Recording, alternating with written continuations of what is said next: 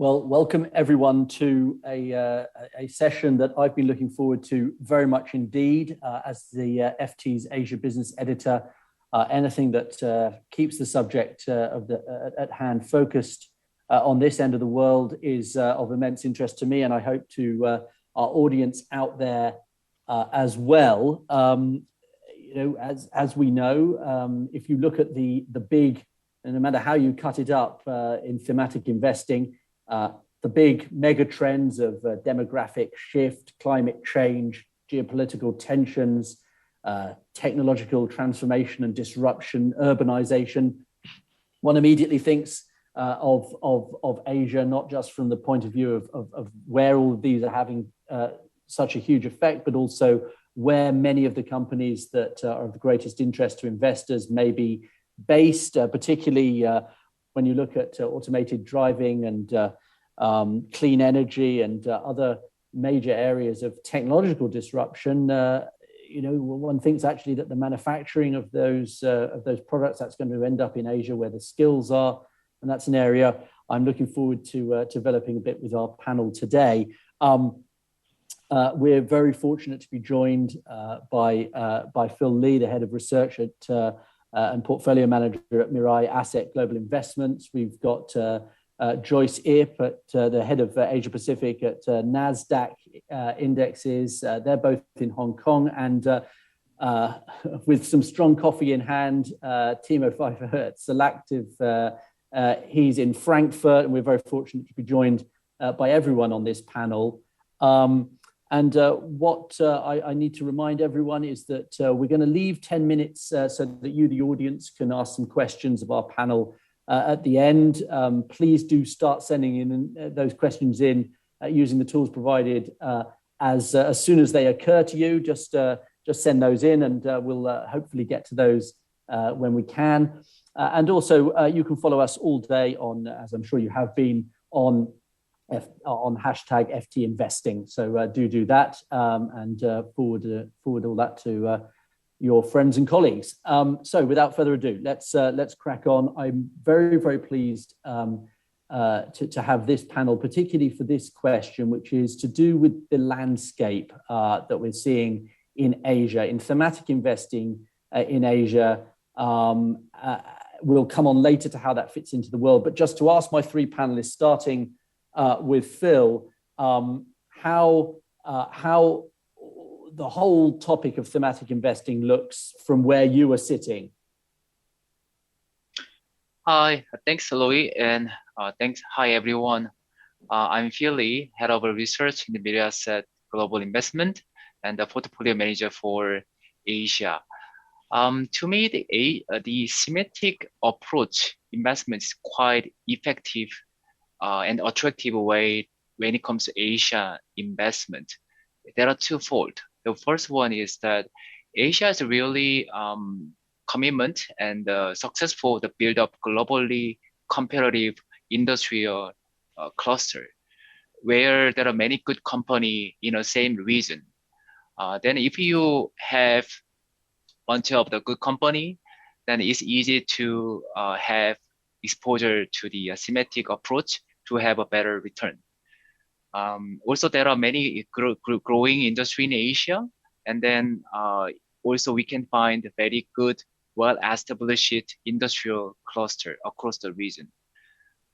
Second point is that we know that a lot of macro issues, geopolitical tension between Asia, especially China, and the Western world. And then if you have kind of a narrow down your exposure to certain thematic investment, then you can manage the macro risk or geopolitical risk. So it gives a more opportunity, more option to investor how to model through this the top level risk. And so when you think about those, are you thinking of it in terms of the allocation there, or when you talk about those risks, you talking about that in terms of the absolute risk, or just the how you allocate to compensate for that? is to me, there are a lot of quite interesting and attractive thematic investment idea in Asia, especially surrounding the China space, like especially new industry like electric vehicle battery or clean energy like solar and the wind, also hardware innovations. Then from the portfolio perspective, we have multiple choice to diversify our exposure to different themes.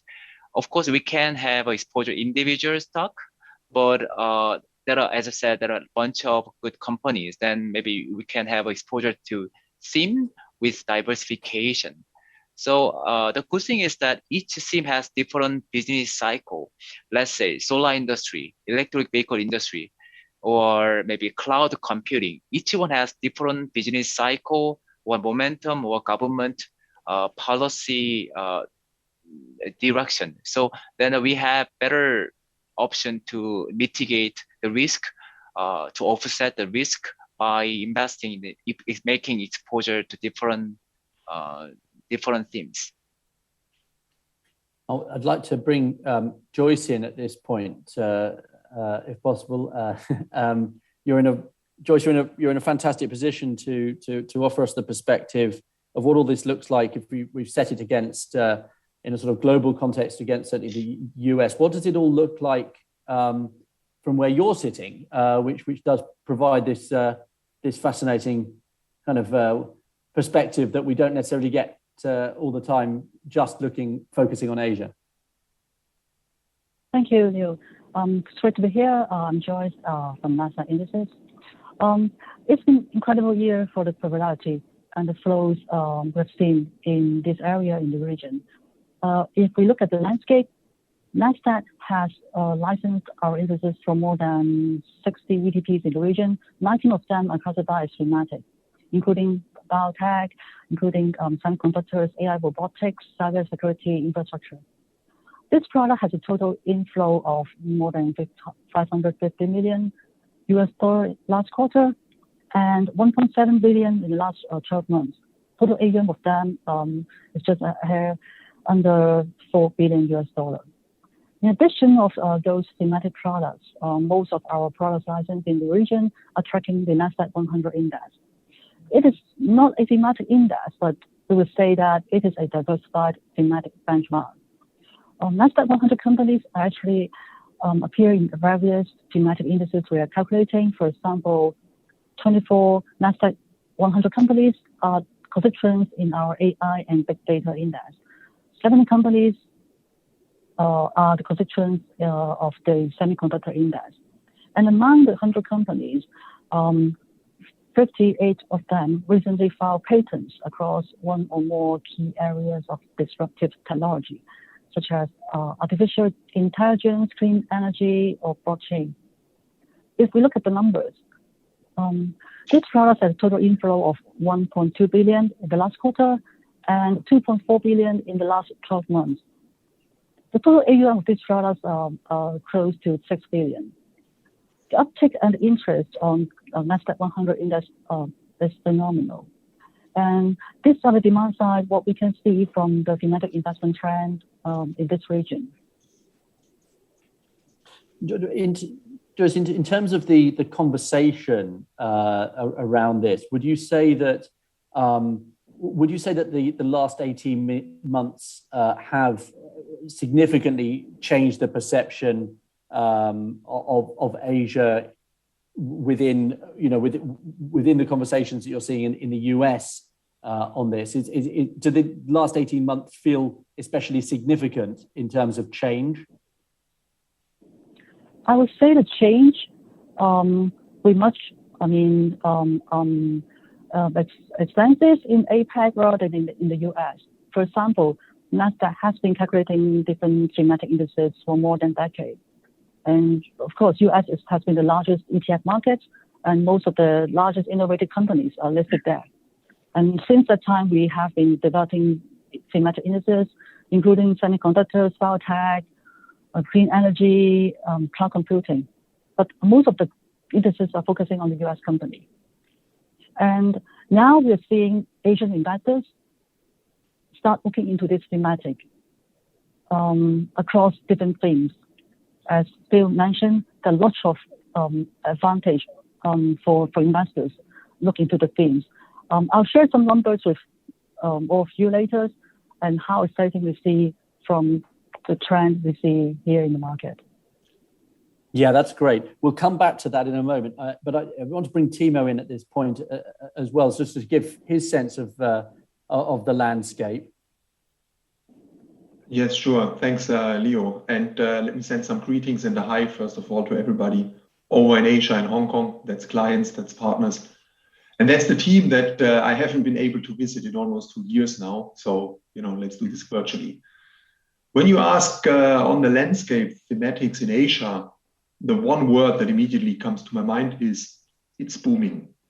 So there's pretty strong dynamics. There's a lot of trends. There's a lot of innovation happening. And I would just summarize it from that perspective where I'm sitting. And let's make it a bit of more of a global perspective as it's booming. And really in different perspectives, let me try to put it in 3 layers. The one is clearly demand flows, investor demand and assets going that way. While the second part, you've just asked and looked at the last 18 months, and let's look at 18, 24 months. That's probably one of the changes and dynamics we get to. And Phil is the super expert on the ground. That's really the underlyings and companies active in those themes, active in those areas. And then number 3 is really the, let's say, topics and trends. If I think of societal changes, if I think of some of the dynamics and changes there, but definitely, and also from the technological perspective and innovation happening in that space, increasingly, and also being driven by companies and entrepreneurs out of Asia. So booming is the word. It is a pretty dynamic landscape, some pretty dynamic changes, and far and foremost, momentum really across those 3 different areas. That's the special part, I would say, in Asia as part of this wider trend globally in thematic investing. Timo, not just from Joyce a few minutes ago, but also in earlier sessions of today's FT Live event, we've heard different accounts of the growth rate of thematic investing in the US, and you mentioned, you talk about the Asia side of things booming. Is it that what we're seeing in Asia? Do you think that is a delayed version of what we saw in the US? Or do you think it is qualitatively different in terms of what investors will look at and what is, what is at the center of their conversation? It's probably a more dynamic version of what's happening in the US. I wouldn't call it a delayed. What I would, however, say is thinking of, from my perspective, West, the US, sitting here in Europe, and then looking over East into Asia, I think it is very fair to say that the overarching headlines and the overarching themes are pretty consistent globally. I think Phil mentioned the dominant electric vehicles, future of mobility headline. I mean, there's plenty of products that have started in the US, a lot of applications here on the ground in Europe, both as ETFs as well as in structured product space. And of course, pretty dominant topic also over in Asia. So the themes themselves, by and large, are pretty consistent and pretty much the same. If I think of demographic changes, the way we live and behave, and changes around that, definitely if I think of some of the tech-driven themes, and then there's probably different stages of application, and we'll probably get to that if I think of sustainability and ESG. So I would definitely not call this just the delayed version, however, consistency of themes. And some of those themes pop up earlier rather than later in one part of the world and then get adopted globally. So that's pretty consistent. I think it's also fair to say that the application and implementation differs locally, where, of course, one of the prime examples is going to be, let's say, the exposure to Asian companies, and in particular China, more dominant on the ground in Asia than it is elsewhere in the world, and primarily thinking of the US. Yeah. Well, we'll come. Yeah. Phil, Leo, maybe I want to share some idea on it. So the Asia is lagging the Western world in terms of a thematic investment. Is maybe because it reflects economic development. Before, Asia is more like an emerging country, so they are more like a catch up to the Western world. But nowadays, Asia became more sophisticated and matured. Asia has many industry which is globally competitive. So it's more like is kind of advanced in some sense. Then we can find a very good bunch of company which we classified as a thematic the approach. So that's the reason we are seeing the emergence of this thematic investment in Asia. Yeah, Phil, can we stay with you just for a minute and just to drill into that a little bit on China, which I know I'm looking forward to hearing you talk about that in particular. But how would you, in concrete terms, if you explain how you look at China in this context? China has many strengths in this perspective because China is a vast market and has many good talent pool built last 30 years through the higher education, and also the government strong industrial policies, as well as entrepreneurship who want to be a globally leader. So in these three aspects, it create a globally competitive cluster or city or hub. Then we can find many good themes from the China space. Is Chinese uniqueness similar to the US? Maybe it's is not easily found in other country and the region. China is vast and enough to embrace many new themes. So from my perspective, China is, sometimes I'm exciting to find the new themes from the China. And then also now so many investors in Asia, in the Western, to find out this opportunity. So still, when it comes to new emerging technology industry, we can find the themes in China as well. That's kind of the strengthen or attractiveness of China investment.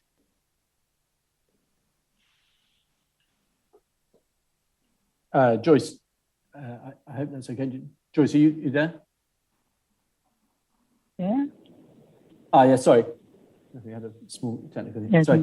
I'm back. Joyce, sorry. I wonder what your thoughts on that were and how that translates to what you're seeing. Yeah, I want to quote one of the examples that we see from the market from Asia. We have been, as mentioned before, we have been calculating a lot of indices focusing on US only. One of the examples is the cloud computing index. It was started back in 2011, and an ETF was listed at that time. The AUM was great. It was about $2.3 billion US dollar at the end of 2019. In 2020, right on the thematic investment trend, total inflow was 3.8 billion just 1 year. And the latest AUM is about 6.1 billion. The index is great as it holistically representing the industry, but it couldn't please issuers or investors in this region because the index is not covering any companies outside US, especially Asian companies. So in the past, US companies dominating the thematic luxury growth. With the pandemic and the work from home environment, a lot of Asian companies in particular things have been growing during the pandemic, and the growth was significant and becoming the important driver of index performance. We understand the importance to look at the theme. It looks beyond US. We are developing international version of thematic indices to fill the gap. For example, June this year, we launched the international version of Cloud Computing Index. The index is covering international ex-US company. So as you can imagine, Asian companies have a total of 76% in the ratings of the index, and Chinese companies accounted for 27% in the index. Similar examples are the launch of the Global Semiconductors Index. And we've also got some, what Phil mentioned before, emerging markets, and China becomes the very important part in that area.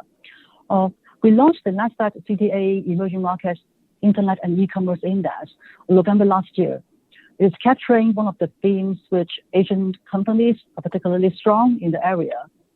So companies from China and Korea accounted for over 77% in the index, and Global has listed an ETF on the index. So this is what we see from the market, and the importance of including Asian companies in our thematic US indices. Yeah, so when you have a situation like the one that we have at the moment, where semiconductors have become right at the center of business news flow, geopolitical news flow, certainly the politics of certain countries have now made semiconductors sort of a central part of a conversation that just seems, a few years ago would have felt very, very strange. It wasn't something that people thought about, or that not necessarily investors wouldn't have thought about it in the way that they do now. I mean, it crosses over with a couple of things that we've been talking about as well, Phil. It's that question of ideas versus manufacturing that you end up focusing on that. But Timo as well, it's a question, isn't it, of how you perceive these themes, these big themes, adapting to quite rapid change and adapting as they cross over with other themes, right? Yes, now I need to watch out how to structure this. There's many impulses coming from Joyce and Phil, and your question around China and how this is impacting thematics. Let's not forget, it's a massive transition that is happening over there. It's a massive shift from China as a whole, as a giant, in terms of population, in terms of economics, politics, and all around that. So we've probably started looking over there from a pure investment perspective, 15, 20 years ago, as part of BRICS, the probably biggest letter in those four. We've come a long way. China thinks and acts in 5 years plans. I'm tempted to say, Phil was just talking about new trends emerging, short-term trends. We tend to look too much at that next quarter and the performance and what's next in terms of trends, while I think it's much more of a longer term perspective. So 5 years plan, and the investment horizon is probably 5, 10, 20 years down the line, where all of these themes in thematic investing are mega trends. That's how I like to think of them, and should not be the next investment hype driving the next quarter. And yes, there's part of this, and yes, that's going to happen. But if I think of time horizon and time perspective, it's much more on the mid and longer term, for sure. Some of the questions, Leo, as you just asked it, is, yes, there's going to be bumps along the road. Yes, there's going to be some, call it disruptions or hurdles, at least from a short-term perspective, perceived as hurdles. If I think of some of the regulations coming in, there's going to be some hurdles if I think of performance and looking at technology just this year. It's not all just going to be a straight line, but those are bumps on a longer term perspective, bumps on a longer term road and journey. And the overall trends coming out of Asia, and particularly if we thought of China, are there and are going to continue. Besides those short-term bumps, Leo, you've just mentioned semiconductors and the shortages and some of the issues happening around that. Yes, that's there, but there's no doubt that this is going to be one of those already since years and continuing mega trends and drivers. If I think of disruptive technologies and things happening there, and China entering main stage, let's put it this way. Phil, what do you think about that? Timo mentions that the time horizon there, which is really important. Not just in Asia, but just keeping it focused on Asia. When you do have a situation as we have over the last few weeks, where you see regulatory risk suddenly in China, suddenly having a big impact on the kind of short term, perhaps even medium term, of some of these themes that you look at. How does the thematic investing world adapt to that, and how should it adapt to that, do you think? That's a very good question. That issue is dominating the market for a while. The answer is that thematic investment is offering very good tool to model through this regulatory risk. Of course, we can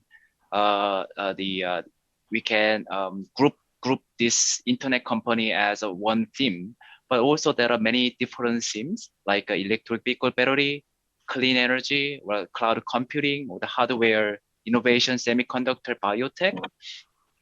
And then we can move from this internet theme to the another theme.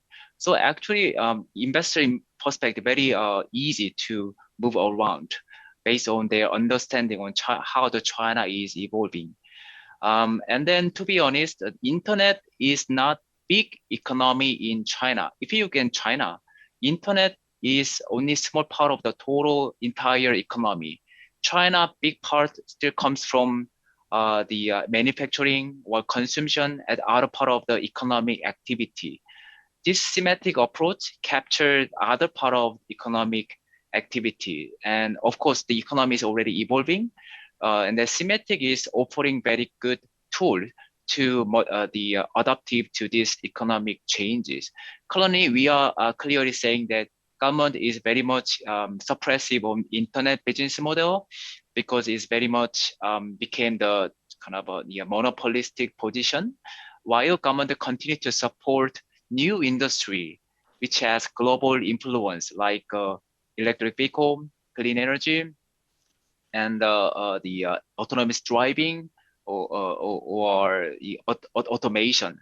So we might, personally also, we are finding more opportunity from this area, and still there are many the ETF, thematic ETF offered in the market to have exposure to this new economy of China.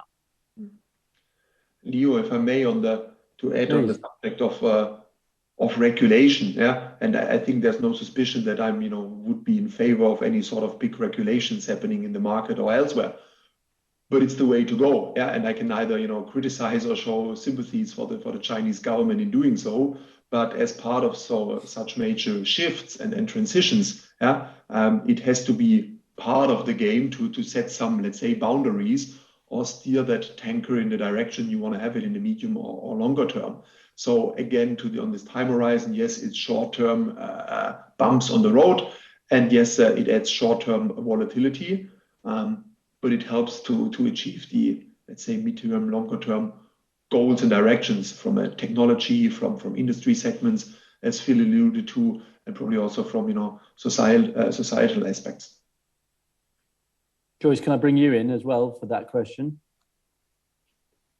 Yeah, sure. Totally agree with what Phil, Timo mentioned. The theme is going to be a long-term rise. And if we look at, for example, Nasdaq 100, it's not thematic, but the growth in the past 5 years was over 220%. If you think the growth is impressive, there are actually plenty of thematic indices outperform Nasdaq 100, double or triple the index.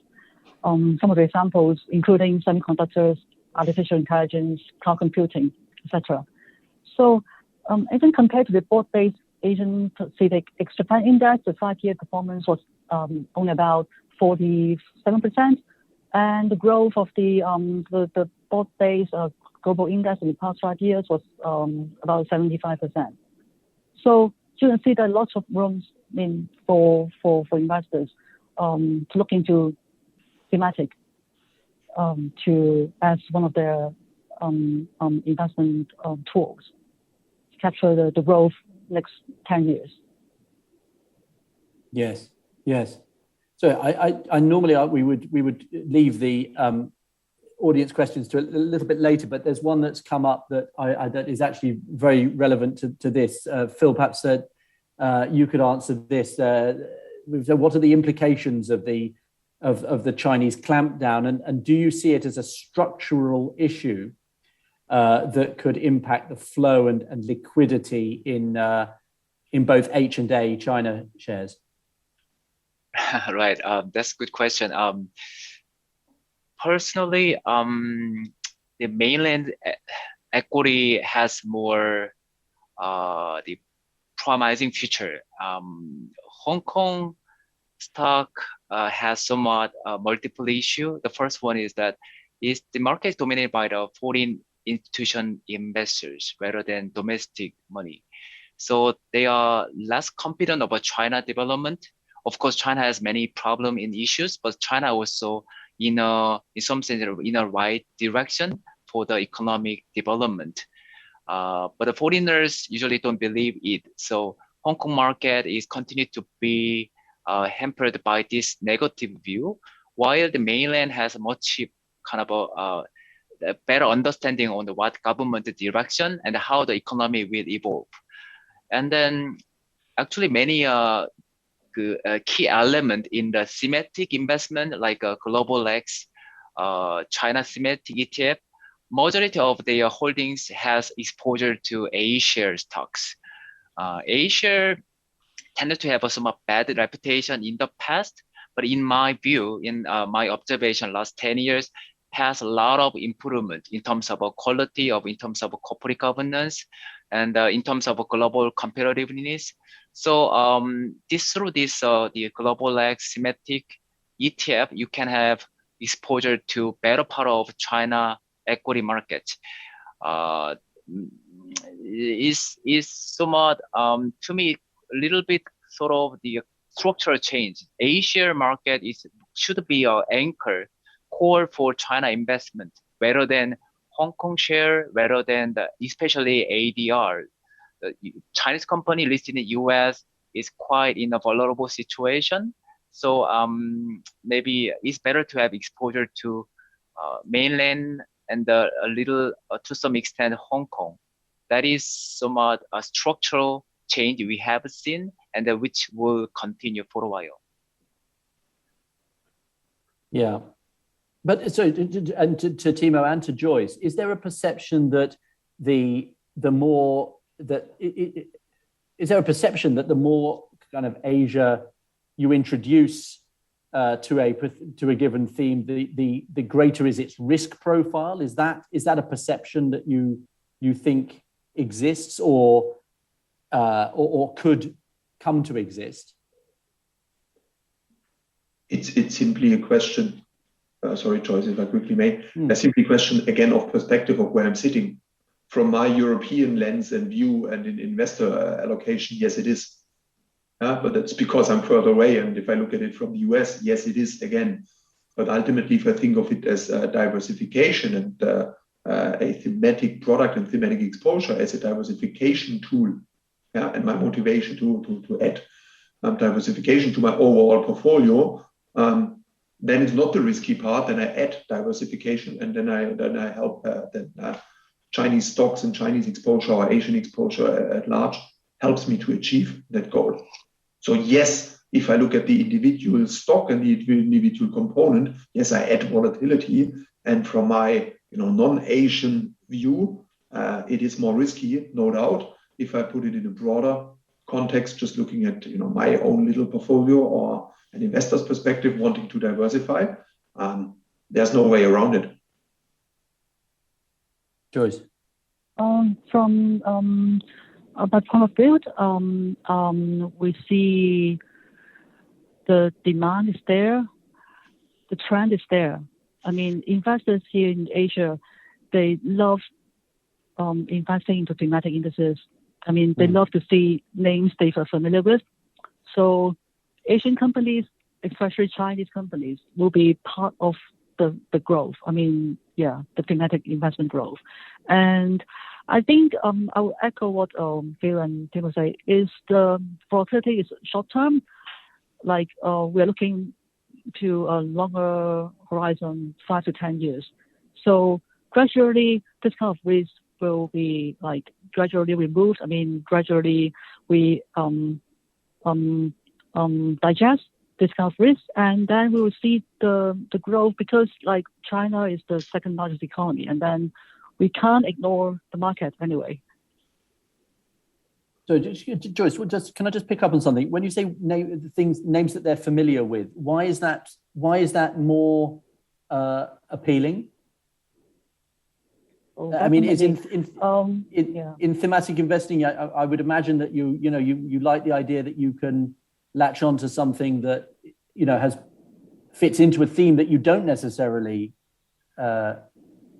you didn't previously know as much about, but it's part of a theme that you do. So tell me a bit more about that. Yeah, sure. I mean, investors generally have preference over the familiar names they heard, I mean, every day. Like, yeah, we in Asia, we are close to our like countries like next to us, like Japan, Korea, yeah, of course, China. We know a lot of those names from our newspapers, like, yeah. So we definitely seeing the interest from the investors, seeing more Asian companies in thematic indices. Yeah, when we selling our US thematic index, yeah, one of the challenges, actually they like the theme a lot, but actually they don't know a lot about the names that they are investing into. Yeah, so Asian names, yeah, Asian companies definitely will be the trend for Asian investors. Yeah, that's what I think. Excellent. I think that I have some addition. So, for example, when it comes to electric vehicle, everyone knows Tesla. So the people can invest in Tesla. Maybe they know the CATL, the largest battery maker in China. But they don't know what is the second tier battery maker, or cathode maker, anode maker, separator, or the battery equipment maker from China, who are number one in the world. Then maybe thematic approach is better, right? The industry itself is growing and has a triple, maybe is kind of a tenfold in the next 10 years. And then any company, any leading company in this supply chain will benefit. But we know only Tesla. But if you have exposure to thematic investment, maybe China EV ETF, then you have full exposure to the new industry. So that's, I think, in line with what Joyce saying.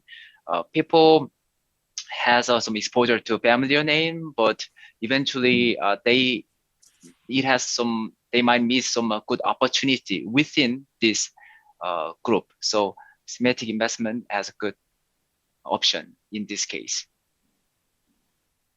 Can I just switch things ever so slightly and just ask the panel about ESG? And I mean, everyone has their own views on ESG. I'm interested, given who our panel are,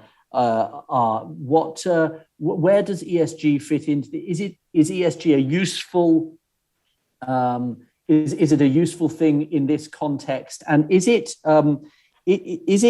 reliable as in terms of understanding the growth projections for thematic for thematic funds and so on? Is it and thematic products? Is ESG a useful way to frame this?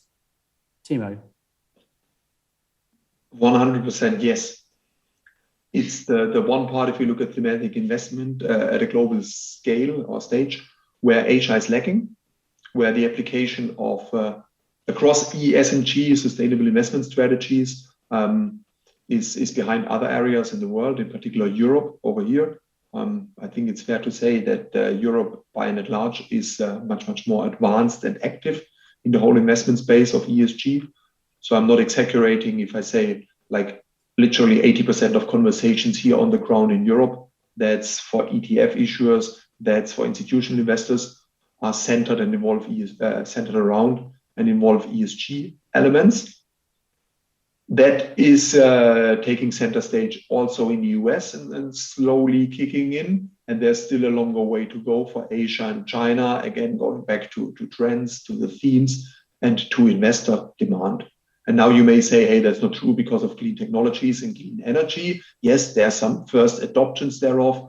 But if I particularly look at the E part in ESG, which over here is the biggest driver, so anything around environmental and in particular climate transition, climate-based investment strategies, that I think is still one of the gaps over in Asia, and particularly also zooming into China. And if I try to take a view, I don't know, again, 5 years ahead, there's no doubt in my mind that ESG as part of thematic investing, probably as the main driver of themes across thematic investing, will have also taken center stage across Asia. Yeah, Joyce, what do you think about that? I mean, particularly on the G bit of ESG you certainly get a big variation in perceptions in Asia of how investable that G part of that is. What about the conversations that you have? I think from our perspective, we are receiving like inquiries or questions about how we implement ESG in our indices. So what we are trying to do, we have a lot of like popular thematic indices, and the idea is like adding the ESG screening on top of those thematic ideas. For example, EV, can we add the layer of ESG to make the index like more ESG focused? And also, we also just launched the Nasdaq 100 ESG index earlier this year. So we are prepared. I mean, we are able to do the screening on our indices, and we are expecting more indices out for like investors in this region. I mean, of course, I totally agree with Timo. Asia is lag behind other markets. So we'll start from US, see how it goes. And then if the idea is appealing, then I'm sure investors in Asia would welcome such a change, such an overlay on the thematic indices. We've had a question from the audience, which is something that we should definitely cover, given we've got a few more minutes left, which is that India has been one of the best performing markets in both Asia and the world in the last 18 months. How would the panelists comment on that? And I suppose a lot of these big themes that we haven't dwelt on too much in this session so far, urbanization, for example, Indian urbanization is a huge part of that. Timo, what would you say about the outperformance of the Indian market? I can echo and repeat just some of the stuff that we've said very early on in the session on China. Yeah? And I think I had mentioned BRIC, BRIC, where India, of course, is the second big one. There's differences, particularly if you look at China, and you've just mentioned some of the societal changes and age structure, for example, of the population, etc. There's different challenges around urbanization, some things in common there, but differences. And Phil earlier having referred to from China, more coming from the manufacturing bench, if you like. India has been more advanced into technology and in particular software and more active there. So you do find these local champions and leaders in certain segments there as well, and of course investment opportunities. And also I can repeat some of the stuff we've said on time horizon. You can repeat your question on volatility. It's all true as well. It's a different cycle. It's different dynamics that, yes, this year have played out in favor of India. And but again, that's short term. Thinking of the longer term trends, yes, India, absolute element and driver factor there as well. Less applications, if I think of thematic exposures, India focused, that's something I don't see, at least not immediately. So pure India exposure, if you like. Thank you. Yeah, no, Phil, I feel like you've got something to say on this. Yeah. India is very has a great potential, but it has different characteristics to other Asian countries like China, Korea, or Japan. India is very kind of early stage emerging country where everything is growing, and then there is not a meaningful industry who are globally competitive. It's still immature. So it looks great potential, but when it comes to thematic approach, we need industry which are globally competitive. China has it, Korea has it, Japan has it, but India still not yet reached there. So that's the reason there are little offering of Indian thematic approach at the moment. But over time, maybe 3 years, a few years later, we will see more as India also business is evolving. But at the moment, not many, because of India's still very early stage of emerging development.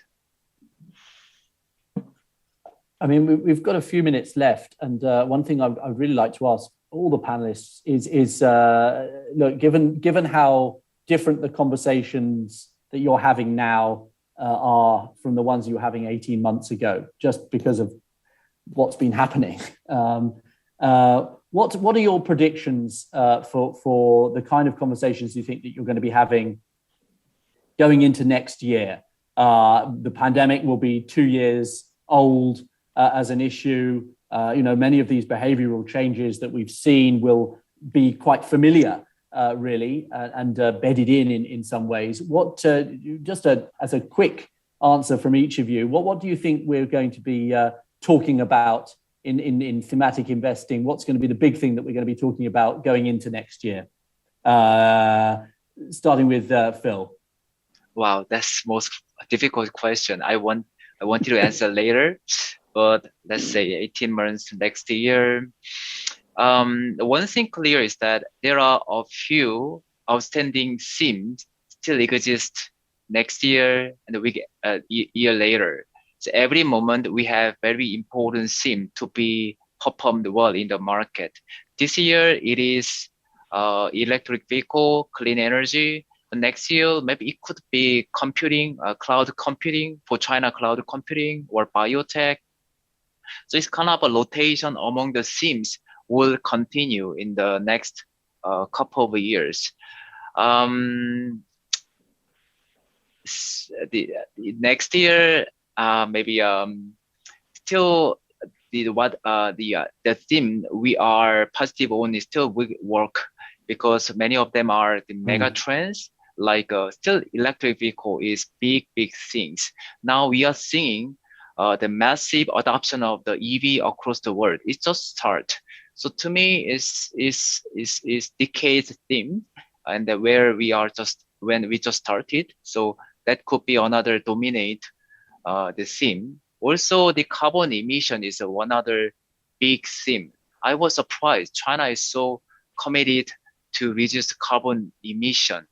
It was not China before, but it totally looks different. Partially driven by the global collaboration to tackle the climate change. So every country is moving in the same direction. It also nearly starting the closer starting point. So we will see another mega trend in coming years in this clean energy, this smart grid, this energy transition. So that will be another main theme we have to focus on next year. Thank you, Phil. I'm afraid you've left your two panelists only 10 seconds each for a one-word answer. So Joyce, very quickly. Definitely, we are rolling out more indices covering Asian companies. And with the technology, we have a lot of more innovative tools to identify which companies belong to that theme. So a lot of creativity, a lot of innovations coming up this year. Lovely. And Timo, you've got 10 seconds. In 18 months, I hope to be on the ground again and see Phil and the skyline live and in color, not virtually in front of a laptop. And no doubt that ESG is going to be much, much more prominent, 100% sure. Thank you, my panel. Joyce, Timo, Phil, you've been wonderful. Thank you very much. I'm going to hand over to Tom Hale next for the next section. Thank you again, everyone. Thank you. Thank you. Thank you. Thanks. Bye.